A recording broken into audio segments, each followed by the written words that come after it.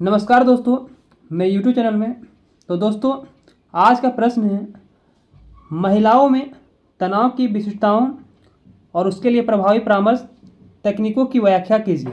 English में हो जाएगा, explain the characteristics of stress in women and effective counselling techniques for it.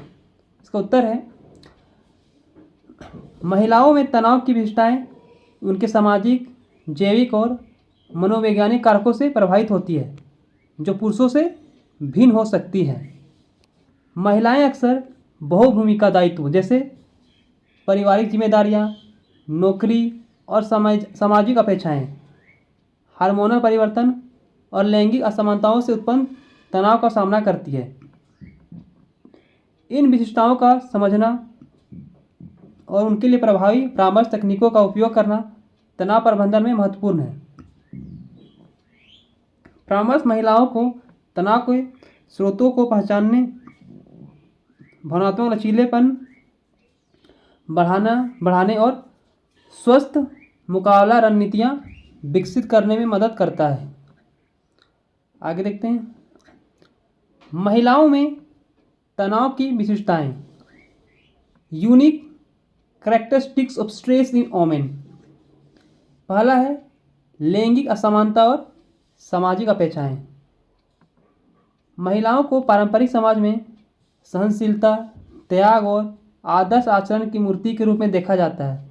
उनसे यह अपेक्षा की जाती है कि वे परिवार, बच्चों और पति की ज़रूरतों को प्राथमिकता दें और अपने सपनों को दबा दें। पुरुषों की तुलना में महिलाओं को निर्णय लेने की कम स्वतंत्रता मिलती है, जिससे उनमें आत्म अभिव्यक्ति और आत्मसम्मान का अभाव होता है। समाज का यह व्यवहार उनके मानसिक तनाव को गहराई से प्रभावित करता है। ठीक है, दूसरा देखते हैं। दूसरा है शारीरिक और हार्मोनल परिवर्तन। स्त्री शरीर जीवन के विभिन्न चरणों में जैविक परिवर्तनों से गुजरता है, जैसे मासिक धर्म, गर्भावस्था, प्रसव और रजोनिवृत्ति। इन अवस्थाओं के दौरान एस्ट्रोजन, प्रोजेस्टेरोन जैसे हार्मोनों का स्तर बदलता है, जिससे मूड स्विंग, चिड़चिड़ापन, अवसाद और थकावट जैसी समस्याएं उत्पन्न होती हैं। हार्मोनल असंतुलन से उत्पन्न यह तनाव न केवल मानसिक बल्कि शारीरिक रूप से भी महिलाओं को प्रभावित करता है। तीसरा देखते हैं। तीसरा है घरेलू जिम्मेदारियां और वैवाहिक जीवन। भारतीय समाज में महिला को परिवार की रीढ़ माना जाता है। वह रसोई, बच्चों की देखभाल, बुजुर्गों की सेवा और सामाजिक संबंधों को निभाने का कार्य करती है।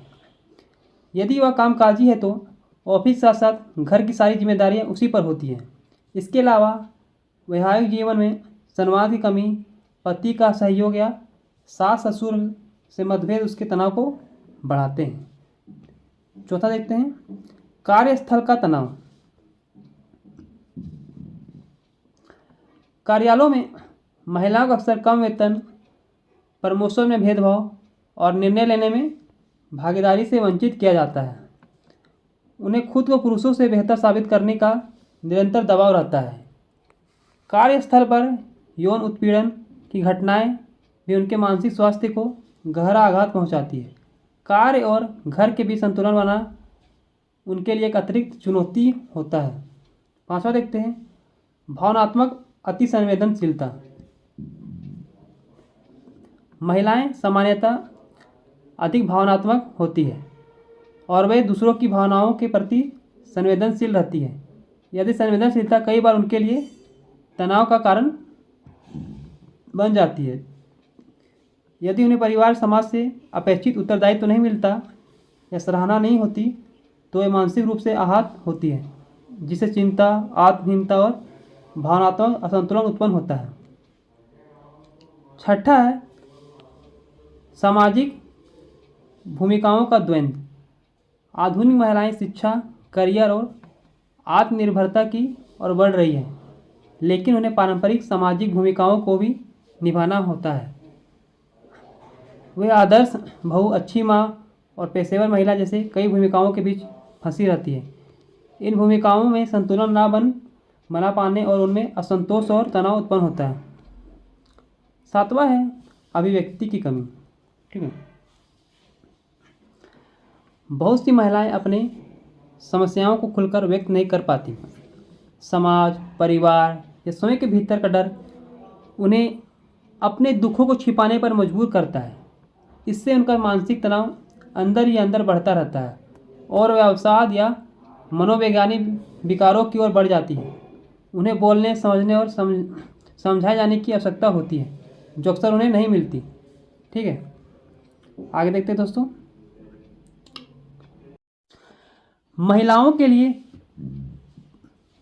प्रभावी परामर्श तकनीकें, effective counselling techniques for women. पहला है व्यक्तिगत परामर्श, इंडिविजुअल काउंसलिंग।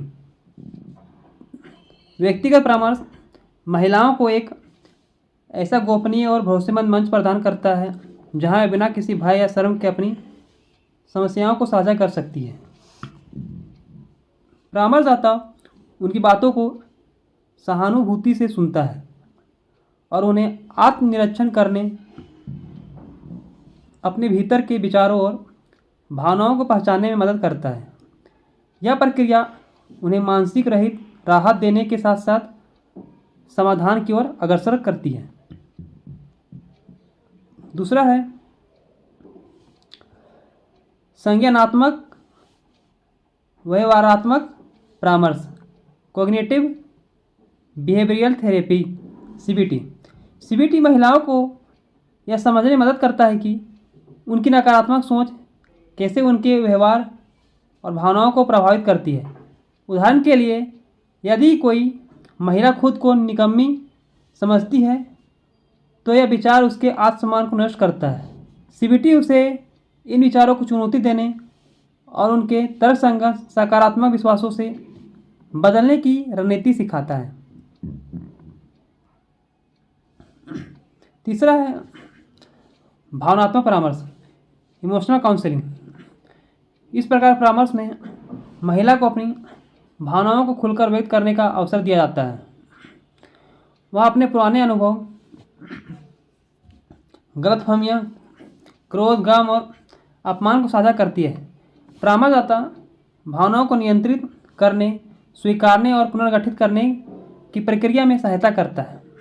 इससे महिलाओं में भावनात्मक संतुलन आता है और वे आत्म बल से भर जाती है। ठीक है, चौथा है परिवार परामर्श, फैमिली काउंसलिंग। यदि तनाव का कारण पारिवारिक हो तो केवल महिला को नहीं बल्कि उसके परिजनों को भी परामर्श प्रक्रिया में शामिल किया जाता है। यह तकनीक आपसी संवाद, समझ और भूमिका स्पष्टता को बढ़ावा देती है। परिवार के सदस्य एक दूसरे की समस्याओं को समझने लगते हैं और घर का वातावरण सहयोगात्मक बनता है। 5वां है समूह परामर्श, ग्रुप काउंसलिंग। समूह परामर्श से एक ऐसी समस्याओं से जूझ रही महिलाएं एक स्थान पर एकत्रित होती हैं और अपने अनुभव साझा करती हैं। यह तकनीक उन्हें यह महसूस कराती है कि वे अकेली नहीं हैं और उनकी जैसी अन्य महिलाएं भी हैं जो संघर्ष कर रही हैं। यह साझा अनुभव उन्हें आत्मबल, समाधान और समर्थन प्रदान करता है। ठीक है, छठा देखते हैं सहकर्मी परामर्श। यह परामर्श गैर पेशेवर महिलाओं द्वारा किया जाता है जो स्वयं जीवन की कठिनाइयों से जूझ चुकी होती और दूसरों की मदद के लिए आगे आती हैं। ग्रामीण क्षेत्रों या महिला स्वयं सहायता समूह में तकनीक बेहद प्रभावी होती है क्योंकि वहाँ महिलाएं अपने स्तर पर एक दूसरे की समस्याओं को समझती और समाधान सुझाती है। मनोवैज्ञानिक शिक्षा। ठीक है, साइको एजुकेशन। इस तकनीक के तहत महिलाओं को तनाव, अवसाद, चिंता, आत्मसम्मान, भावनात्मक बुद्धिमत्ता आदि विषयों पर जानकारी दी जाती है। उन्हें यह सिखाया जाता है कि वे तनाव को कैसे पहचानें और उससे कैसे निपटें। यह शिक्षा उनके आत्मविकास और आत्मजागरूकता के लिए अत्यंत आवश्यक है। ठीक है, 8वां है आत्म सशक्तिकरण परामर्श, एम्पावरमेंट बेस्ड काउंसलिंग। इसमें है यह परामर्श महिलाओं को यह विश्वास दिलाता है कि वह स्वयं अपने जीवन को निर्माता है। उन्हें आत्मनिर्भर बनने, निर्णय लेने, ना कहने और अपने अधिकारों के लिए खड़े होने की प्रेरणा दी जाती है। यह तकनीक महिलाओं को न केवल तनाव से उबारती है बल्कि उन्हें समाज में गरिमामय स्थान दिलाने में भी सहायक होती है। ठीक है, तो हम निष्कर्ष देखते हैं। महिलाएं जब अपने जीवन के विभिन्न आयामों, जैविक, भावनात्मक, सामाजिक और पारिवारिक में संतुलन बनाने की कोशिश करती है, तब तनाव स्वाभाविक रूप से उत्पन्न होता है। इस तनाव केवल दमन या अनदेखा करने से नहीं बल्कि उचित मार्गदर्शन और परामर्श से नियंत्रित किया जा सकता है। ठीक है,